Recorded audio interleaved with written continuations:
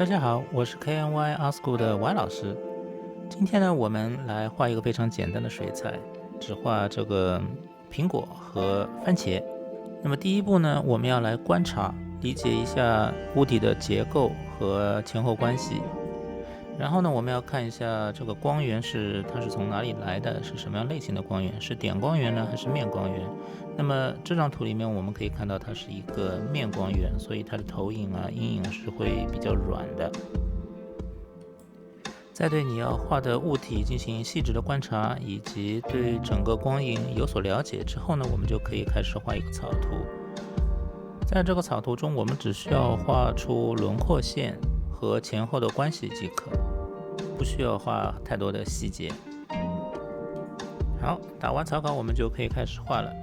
那么今天我并不会用太多的水去做渲染，而是直接拿毛笔蘸取颜料来绘制，所以用的纸张也不需要非常高级，那么一般的学生用纸就可以了。上色的顺序呢，还是由浅到深，所以我们可以先从黄色开始。在绘画的过程当中呢，你可以有意的去留出一些空隙，这样子可以用来表示高光啊，以及水果表面的一些肌理。这里要注意的一点呢，就是你在画苹果的时候呢，别忘了我们前面那张图来表示它表面的肌理的方向。在黄还没有干的时候呢，我们可以点入一些深色，比如说是橙色或者是红色。那么你可以自己来尝试一下，用不同的红色混到黄色里面去，看会有什么样的效果。在画完苹果的红色部分以后呢，我们不需要去洗笔刷，那么直接就可以开始画番茄。番茄看上去是红色，但是实际上它里面还是有不同的颜色变化的。在亮的地方呢，会有一些橙色；在暗的地方呢，也有一些紫色或者是蓝色。那么这些地方我们都要表达出来。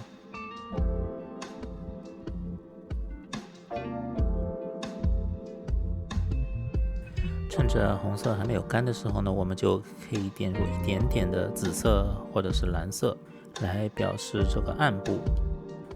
注意，我们这里是用点染的方式，而不是用涂抹的方式，就是为了让颜色自己能够混合。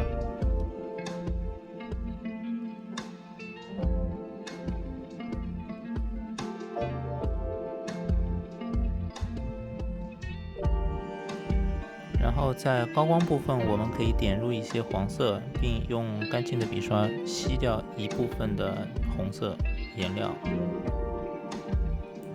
好，这样第一步就算完成了。你可以用吹风机去把整个画面给吹干。等画面干了以后呢，我们就可以开始下一步的细节刻画。在每个阶段呢，我们都要先观察，然后呢再下笔。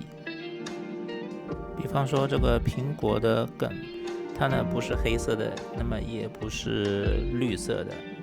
它的表面也不是非常光滑，所以我们可以用很小的笔，用一些比较暖的灰调来把它绘画出来。那么这些灰调呢，可以用咖啡和绿色，然后混上不同比例的黄色呀，甚至红色来调配，颜色越丰富越好。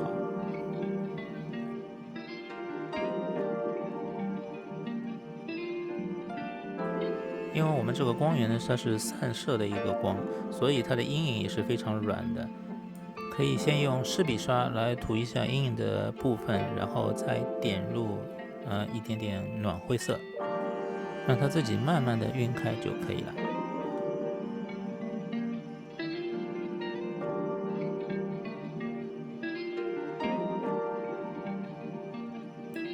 在番茄和苹果相接的地方呢，由于番茄的红非常非常艳，所以这部分的阴影呢也是产生了一种深红色。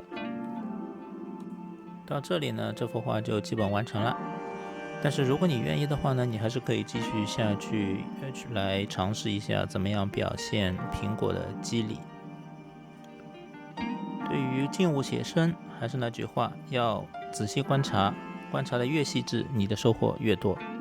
好，感谢你收看这次的视频。如果你喜欢，请不要忘记点赞、订阅和转发，谢谢。